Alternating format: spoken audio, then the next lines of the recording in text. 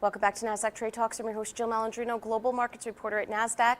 Joining me at MarketSite, we have Kevin Mahn. He's the president and CIO of Hennion and Walsh Wealth Asset Management. It's great to have you back at MarketSite with me. And international equities, it doesn't seem like we're talking about that much lately, but are they at the tipping point? I really think they're at least at or very near the inflection point right now. And the announcement we heard this morning that now Canada is going to be a part of a new NAFTA, if you will, a trilateral trade agreement between the U.S., Mexico, and Canada, is a very positive sign on the outlook for international equities, because that could lead to additional agreements between the U.S. and Europe, and more importantly, Jill, the U.S. and China. Because I really do think the fear of a prolonged trade war has served as an emergency brake to the global stock market.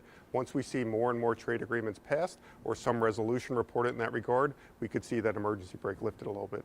Let's talk about the Nasdaq Dorsey Wright international momentum strategy. Momentum seems to be another key word these days. Sure. Now, at Smart Trust, we're very fortunate to work with Dorsey Wright on our International Momentum Trust. They actually select the securities for that portfolio in emerging markets, developed markets, and frontier markets. Interestingly enough, from a momentum perspective, what Dorsey Wright is suggesting is that there's more value right now in developed markets than emerging and frontier.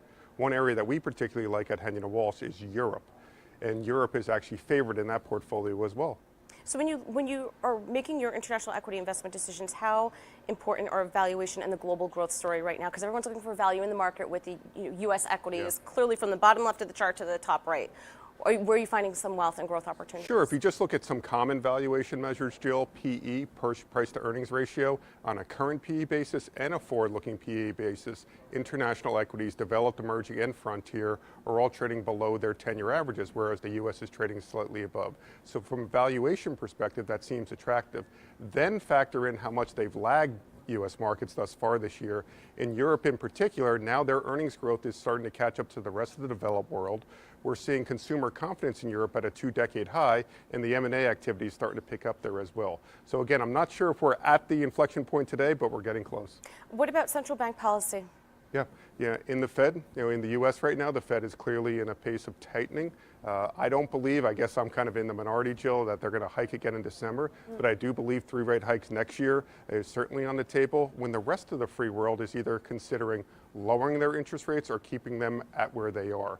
That's going to create more pressure on the U.S. dollar, but that's also going to create opportunities overseas. There's a lot for investors to consider right now. That's why we would recommend them considering a diversified global portfolio of equity. What about risks to the international equity thesis? Because we keep hearing the narrative that the U.S. is outperforming significantly around the world. Sure.